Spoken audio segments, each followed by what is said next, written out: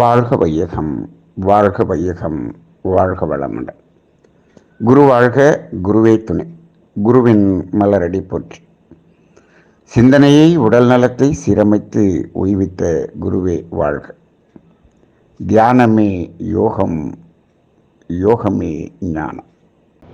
இன்றைய சிந்தனை தலைப்பு செயல்கள் எத்தனை வகை.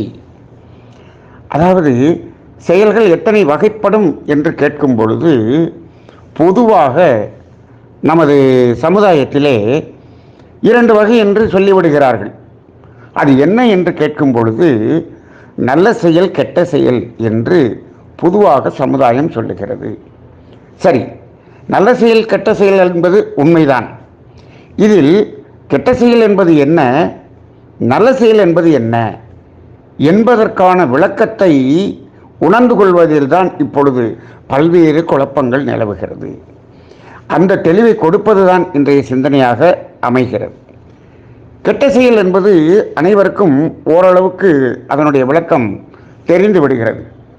கெட்ட செயல் என்றால் என்ன? துன்பம் கொடுக்கும் செயல் கெட்ட செயல். அது அனைவரும் ஏற்றுக்கொள்ளக்கூடியதாக இருக்கிறது. நல்ல செயல் என்றால் என்ன என்பதில் தான் இங்கு சிக்கல் இருக்கிறது.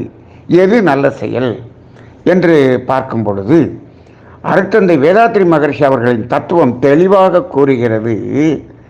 அதாவது துன்பம் போக்கும் செயல் என்பதுதான் நல்ல செயல் என்று சொல்லுகிறது. சரி, அப்போ நல்ல செயல் என்பதற்கு இங்கு சமுதாயத்தில் என்ன மாதிரியான விளக்கங்கள் கொடுக்கப்படுகிறது என்று சொன்னால், இன்பம் கொடுக்கும் செயல் நல்ல செயல் என்று சில பேர் சொல்லுகிறார்கள். துன்பம் கொடுக்காத செயல் நல்ல செயல் என்று சில பேர் சொல்லுகிறார்கள். இப்போது அதை சிந்தித்து பார்த்தால், துன்பம் கொடுக்காத செயல் என்று ஒரு செயல் இல்லை. துன்பம் கொடுக்காத இருத்தல், அப்போ செயலற்று இருத்தல் என்று ஆகிவிடுகிறது. சரி, இன்பம் கொடுக்கும் செயல் என்று ஒன்று சொல்லுகிறார்களே, அதை பார்த்தோம் என்று சொன்னால், இன்பம் என்பது கொடுக்கக்கூடியதும் அல்ல, பெறக்கூடியதும் அல்ல. இதை பற்றிய நிறைய சிந்தனைகளை தமிழ் ஆனந்த யோகம் விரிவாக பல சிந்தனைகளிலே கொடுத்திருக்கிறது. ஆக இன்பம் என்பது இயற்கையாக இருக்கக்கூடியது, அது கொடுக்கக்கூடியதும் அல்ல, பெறக்கூடியதும் அல்ல. சரி, ஆனால் துன்பம் என்பது கொடுக்கக்கூடியதாகவும் இருக்கிறது, பெறக்கூடியதாகவும் இருக்கிறது. அப்படி என்றால் அது இயற்கையில் மனிதனிடம் இல்லை, இது செயற்கையானது. அதனால தான் இப்போது செயல்கள் 2 வகை என்று சொல்லுகிறோம் பாருங்க. ஒன்று துன்பம் கொடுக்கும் செயல், ஏனென்றால் துன்பத்தை கொடுக்க முடியும். இன்னொன்று துன்பம் போக்கும் செயல், துன்பம் போக்கும் செயல். அப்போ துன்பம் போக்கும் செயல் என்பது நல்ல செயல் என்று சொல்லுகிறோம். இதைத்தான் புண்ணியம் என்று சொல்லுகிறோம். சரி, இப்போது எல்லாரும் புண்ணியம் செய்ய வேண்டும் என்பது அனைவருக்கும் ஒரு தெரிந்த விஷயம். எதற்காக புண்ணியம் செய்ய வேண்டும் என்றால் அதில் கூட சமுதாயத்தில் ஒரு சின்ன ஒரு குழப்பம் இருக்கிறது. எதற்காக புண்ணியம் செய்ய வேண்டும் என்று சொன்னால், நிறைய பேர் என்ன நினச்சிக்கிட்டு இருக்காங்க, இப்பொழுது புண்ணியம் செய்து வைத்தால் அதற்கு நமக்கு நன்மைகள் நிறைய வரும், அதை நாம் அனுபவித்து கொள்ளலாம். இந்த புண்ணியம் செய்தால்தான் நமது குழந்தைகள் நன்றாக அனுபவிப்பதற்கு வேண்டிய உலக பொருள்கள் எல்லாமே நிறைய கிடைக்கும். இப்படியெல்லாம் ஒரு ஆசை காட்டக்கூடிய வகையில் அதற்கு விளக்கத்தை சொல்லுகிறார்கள். ஆனால் அங்கே அப்படி அல்ல. புண்ணியம் என்பது என்ன, எதற்காக செய்ய வேண்டும் என்று செய்ய வேண்டும். எதற்காக செய்ய வேண்டும் என்று சொன்னால், நம்மிடம் இருக்கக்கூடிய பாவங்கள் துன்ப விளைவாக வராமல் அதை அழிப்பதற்காக செய்ய வேண்டும். இது வேதாத்திரியத்தில் தெளிவாக மகரிஷி அவர்கள் கொடுத்திருக்கக்கூடிய ஒரு சிந்தனை. சரி, அப்படி என்றால் இப்பொழுது புண்ணியம் என்பது துன்பம் போக்கும் செயல். சரி, அதுதான் புண்ணியம் என்று சொல்லப்படுகிறது. சரி, இப்போ துன்பம் போக்கும் செயல் என்றால் எந்த துன்பத்தை போக்குவது என்று ஒரு கேள்வி வருகிறது. எந்த துன்பத்தை போக்குவது என்றால், துன்பம் என்றால் ஒரே துன்பம் தானே என்று சமுதாயம் பார்க்கும். இது நமக்கு வரக்கூடிய துன்பமெல்லாம் துன்பம் என்று சொல்லும். ஆனால் தமிழ் ஆனந்த யோகம் இதற்கு இப்பொழுது ஒரு வித்தியாசமான ஒரு விளக்கத்தை இப்பொழுது கொடுத்து வருகிறது. என்ன என்று சொன்னால், துன்பம் என்பதை தமிழ் ஆனந்த யோகத்திலே நாம் 2ஆக பிரித்து உணர்ந்து கொண்டிருக்கிறோம். என்ன என்று சொன்னால், இயற்கை துன்பம், செயற்கை துன்பம் என்று 2ஆக பிரித்து உணர்ந்து கொண்டிருக்கிறோம். அப்போ இயற்கை துன்பம் என்பது எது? அது அந்த உயிரினங்களில் அது யாருக்கும் இல்லை என்று சொல்ல முடியாது. எல்லோருக்கும் இருக்கக்கூடியது இயற்கை துன்பம். அந்த துன்பம் நீங்கினால் நீங்கிய இடம் இன்பமாக இருக்கும். இதுதான் இயற்கை துன்பம் என்று சொல்கிறோம். செயற்கை துன்பம் என்பது எது என்று சொன்னால், இந்த இயற்கை துன்பத்தை போக்கி இன்பத்தை அனுபவிக்காமல் அந்த இன்பத்தை அதிகமாக அனுபவிக்க வேண்டும் என்று துன்பமாக மாற்றுகிறது செயற்கை துன்பம். அப்போ செயற்கை துன்பம் என்பது எல்லோருக்கும் இருக்க வேண்டிய அவசியமில்லை. இன்னொன்று, அது செயற்கையாக நாம உருவாக்கி கொண்ட துன்பம். இப்போ இந்த இயற்கை துன்பத்தை போக்குவது நல்ல செயல் என்ற ஈகை என்று ஆகுமா, அல்லது செயற்கை துன்பத்தை போக்குவது நல்ல செயலா ஈகையா என்று கேட்டால், சார், செயற்கை துன்பம் என்பதும் ஒரு துன்பம் தானே, அதை போக்கினாலும் நல்லது தானே, நல்லதுதான் எடுத்துக்கொள்ளலாம். ஆனால் நமக்கு எந்த துன்பத்தை போக்கினால் அது புண்ணியமாக மாறும், ஈகையாக மாறும், தர்மமாக மாறும், அறத்தின் அடிப்படையில் வரும், நமது கர்ம வினையை எது கழிக்கும் என்ற கேள்விகளுக்கெல்லாம் நாம் இப்பொழுது பதில் காண வேண்டியதாக இருக்கிறது. இப்போ பாருங்க, இயற்கை துன்பம் என்பதை போக்கினோம் என்று வைத்துக் கொள்ளுங்கள். அப்போ அந்த துன்பம் நீங்கிய இடத்தில் அவர் இன்பத்தை உணர்கிறார், நிறைவாக இருக்கிறார், நிறைவு பெறுகிறார். ஆனால் நீங்கள் செயற்கை துன்பத்தை போக்கும்போது அவர் நிறைவடைவாரா என்று சொன்னால், தற்காலிகமாக நிறைவடைந்தது போல் இருப்பார். மீண்டும் அந்த துன்பத்தை அவர் தொடர்ந்து கொள்வார். அது மட்டுமல்ல, அதில் நிறைவு என்பதை வருவதற்கான ஒரு வாய்ப்பு இல்லை. அதில் தற்காலிக நிறைவு சுகம் மட்டும்தான் கிடைக்கும். இன்னொன்று, அந்த செயற்கை துன்பத்தை போக்கும்போது அவர் மீண்டும் அந்த துன்பத்தை உற்பத்தி செய்து கொண்டு மீண்டும் மீண்டும் மீண்டும் அந்த துன்பத்திற்காக அவர் துன்பத்தை போக்க வேண்டும் என்ற ஒரு நிலையை எதிர்பார்க்கிறார். இப்போ நமக்கு முழுமையாக நல்ல செயல் என்று எதை எடுத்துக்கொள்ளலாம் என்று சொன்னால், இயற்கை துன்பத்தை போக்குவதுதான் 100% நல்ல செயல். அதுதான் ஈகை, அதுதான் புண்ணியம், அதுதான் தர்மம், அதுதான் அறம் என்று இந்த இயற்கை ஏற்றுக்கொள்ளும். இயற்கை ஏற்றுக்கொள்ள மட்டுமல்ல, அதற்குத்தான் முழுமையான நமது கர்ம வினையை கழிக்கக்கூடிய சக்தி என்பது இருக்கிறது. அப்போ செயற்கை துன்பத்துக்கு என்ன செய்யலாம் என்று சொன்னால், செயற்கை துன்பம் இன்றைக்கு நிறைய செயற்கை துன்பம் தான் இருக்கிறது. செயற்கை துன்பத்துக்கு போய் கொண்டிருக்கிறார்களே, அவர்களுக்கெல்லாம் இந்த செயற்கை துன்பம் ஏன் வந்தது, அது யாரால் ஏற்படுத்தப்பட்டது, அது அவரவர்களால் தான் ஏற்படுத்தப்பட்டது. இந்த இன்பத்தின் அளவு முறை மீறும் போதுதான் அந்த துன்பம் என்பது வந்திருக்கிறது. அது மீறாமல் எப்படி விழிப்புடன் நீங்கள் நடந்து கொள்ள வேண்டும் என்ற அறிவை இந்த சமுதாயத்துக்கு கொடுத்தோம் என்று சொன்னால் அது நல்ல செயலாக மாறும்.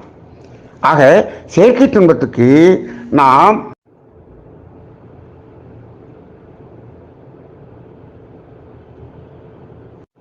அந்த துன்பத்தை போக்குவது என்பது மட்டும் அங்கு என்ன ஆகாது, ஈகை ஆகாது.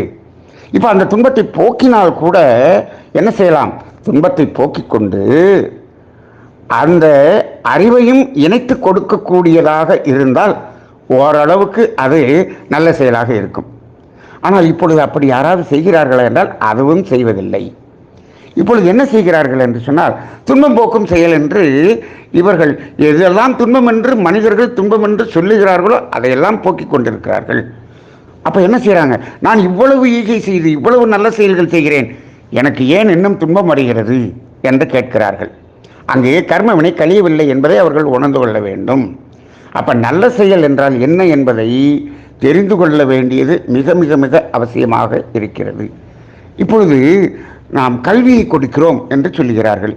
அடிப்படை கல்வியை கொடுப்பது என்பது அங்கு அவசியமான ஒன்றாக இருக்கிறது. ஆனால் இப்பொழுது ஒரு மருத்துவக் கல்லூரியோ அல்லது என்ஜினியரிங் காலேஜோ படிப்பதற்கு நான் உதவி செய்கிறேன் என்று சொல்கிறோம் என்று வைத்துக் கொள்ளுங்கள். அதெல்லாம் வெறும் தொழிற்கல்வி. அதை வைத்துக்கொண்டு அவர் என்ன செய்ய போகிறார், அவர் தொழில் செய்து பணம் ஈட்டி ஒரு ஆடம்பரமாக வசதியாக வாழ்வதற்குரிய ஒரு கல்வியைத்தான் அது கொடுத்து கொண்டிருக்கிறது. இது ஈகையாகுமா என்று கேட்டால் இல்லை. ஏனென்று சொன்னால், அவர் அந்த கல்வியை படித்துவிட்டு அவருடைய வாழ்க்கை எப்படி இருக்கிறது, அவர் பார்த்தோம் என்று சொன்னால் அனைவருக்கும் துன்பத்தை கொடுத்து அவர் பொருள் ஈட்டக்கூடிய வேலையை செய்து கொண்டிருக்கிறார். அது துன்பம் கொடுக்கக்கூடிய செயல் நடக்கிறதா, துன்பம் போக்கக்கூடிய செயல் நடக்கிறதா என்பதையெல்லாம் பார்ப்பதில்லை. எனக்கு 1 லட்சம் சம்பளம் வருதா, நான் வேலை செய்கிறேன் என்று போகிறார். இப்போ நீங்கள் கொடுத்த கல்வி அங்கே என்ன ஆகிறது? அவர் சமுதாயத்துக்கு துன்பம் கொடுப்பவராக மாறிவிடுகிறார்.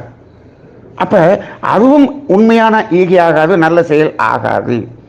அதே போல இந்த துன்பம் என்பது இந்த செயற்கையான தேவைகளை கேட்டுக்கொண்டிருக்கிறார்களே, அதை போக்குவதும் அது உண்மையான நல்ல செயல் என்று ஆகாது. இப்போது இந்த அடிப்படையிலே இப்பொழுதெல்லாம் நாம் ஈகை செய்கிறோம், புண்ணியம் செய்கிறோம் என்று பல்வேறு வகையான செயல்களை செய்து கொண்டிருக்கக்கூடியதில் பெரும் பகுதி செயற்கை துன்பத்தை போக்குவதாக அமைகிறது. அது மட்டுமல்லாமல் நல்ல செயல் செய்தேன் என்று இவர்கள் என்ன செய்கிறார்கள், பல ஒரு அமைப்புகளுக்கு பணத்தை கொடுத்து விடுகிறார்கள். அந்த பணத்தை அவர்கள் பாதியை அவர்கள் ஏமாற்றி அவர்கள் ஒரு ஆடம்பர வாழ்க்கையை வாழ்ந்து கொண்டிருக்கக்கூடிய அமைப்புகளும் அறக்கட்டளைகளும் நிறைய பெருகிவிட்டது. அங்கு இவர்கள் கொடுத்து விட்டார்கள். இப்போ அவர்கள் அதை வைத்துக்கொண்டு ஆடம்பரமாக வாழ்ந்து கொண்டிருக்கிறார்கள். இப்போ இவர்களுக்கு கர்மவினை குறைந்ததா, கர்மவினை கூடியதா, இதெல்லாம் ரொம்ப யோசிக்க வேண்டியதாக இருக்கிறது. இந்த அடிப்படையில் பார்க்கும்போது வேதாத்திரியம் தெரிந்தவர்கள் தெளிவாக புரிந்து கொள்ளுங்கள். அதாவது இயற்கை துன்பம் போக்கினால் அதுதான் ஈகை, அதுதான் நல்ல செயல். அதை போக்கும் பொழுது இப்போ இந்த போதும் என்று யார் சொல்வார்? பசி என்ற துன்பம், அதற்கு உணவு கொடுக்கிறோம், பசி தீர்ந்தவுடன் போதும் என்று சொல்லக்கூடியது அந்த இயற்கை துன்பத்தில் தான் போதும் என்ற மனம் வரும். செயற்கை துன்பத்தில் நீங்கள் செய்து பாருங்கள், போதும் என்ற மனமே வராது. இன்று இதை கொடுத்தீர்கள் என்று சொன்னால் இதை விட இன்னும் கொஞ்சம் வசதியாக கொடுங்க, இன்னும் கொஞ்சம் நிறையா கொடுங்க என்று கேட்டுக்கொண்டே இருக்கக்கூடியது தான் நடக்கிறது. அப்போது அது நல்ல செயல் என்பதை நாம் விழிப்போடு தேர்ந்து செய்ய வேண்டி இருக்கிறது. ஏனென்று சொன்னால் நல்ல செயல் செய்தால் அது புண்ணியமாகி நமது கர்மவினையை கழிக்க வேண்டியதாக இருக்கிறது. 100% அது கர்மவினையை கழித்து நமது வாழ்க்கையில் அது நமக்கு ஒரு புண்ணியமாக அந்த கர்மவினை கழிப்பதாக, நமது வாழ்க்கையில் அது துன்பம் நீங்குவதாக இருக்க வேண்டும், நமது சந்ததியினுடைய வாழ்க்கையில் துன்பம் நீங்குவதாகவும் இருக்க வேண்டும் என்று சொன்னால் அந்த இயற்கை துன்பத்தை போக்குவது ஒன்றுதான் நமக்கு ஒரு நல்ல செயல் என்று எடுத்துக்கொள்ளக்கூடியதாக இருக்கிறது.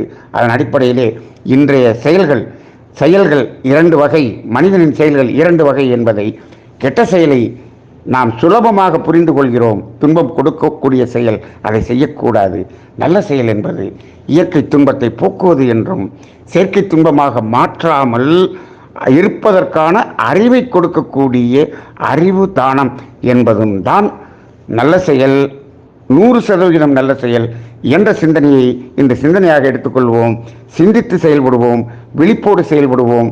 கர்மவினை கலைந்து ஒரு ஆனந்தமான மகிழ்ச்சியான வாழ்க்கையை வாழ்வதற்கு, நாமும் வாழ்வதற்கு, நம்ம சமுதாயம், நமது சந்ததிகளும் வாழ்வதற்கு நாம் உதவி செய்வோம். வாழ்க வளமுடன்.